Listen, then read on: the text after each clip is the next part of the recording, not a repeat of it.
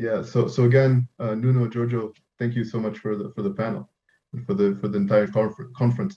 I would say two things about the last point. The Allen Brain Observatory just set out to map, moving from rodents to humans, which is amazing. I think that's a very big step in a good direction.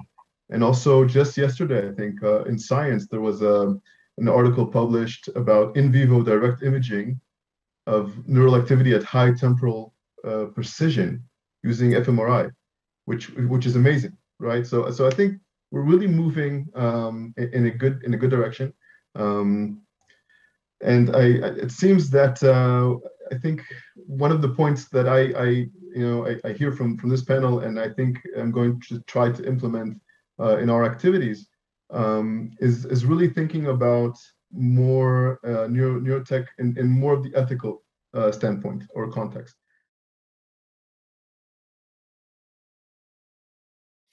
Neurotech in some ways needs some sort of blockbuster technology, something that really has a really significant market penetration.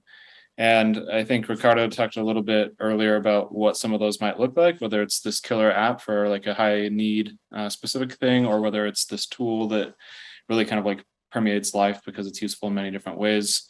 So examples of these are something kind of you just alluded to, Carol, like this, you didn't say these words, but kind of like Fitbit for your brain or something like this tool basically that lets you, that everybody wants to wear or use in some way could be one example of that. And I think that could be a really useful step for gaining general kind of market awareness of brain health and brain disorders, and also neurotechnology as a tool for addressing them.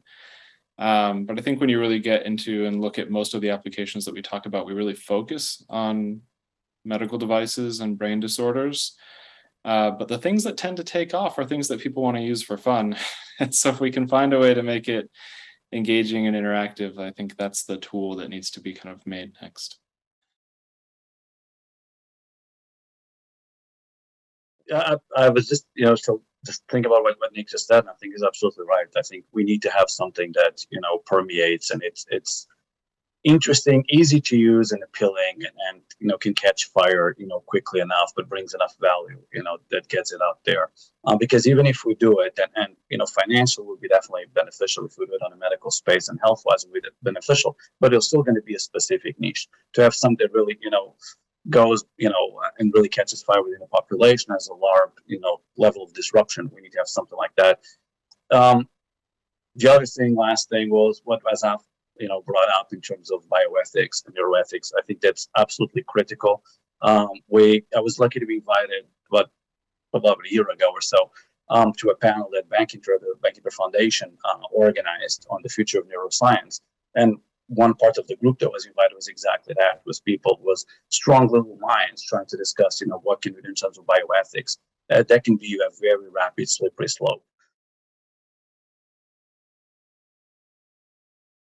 Yeah, so I would like to also perhaps add my few cents to the Giorgio's previous question about what is the necessary steps kind of for enabling early detection of neurodegenerative disorders.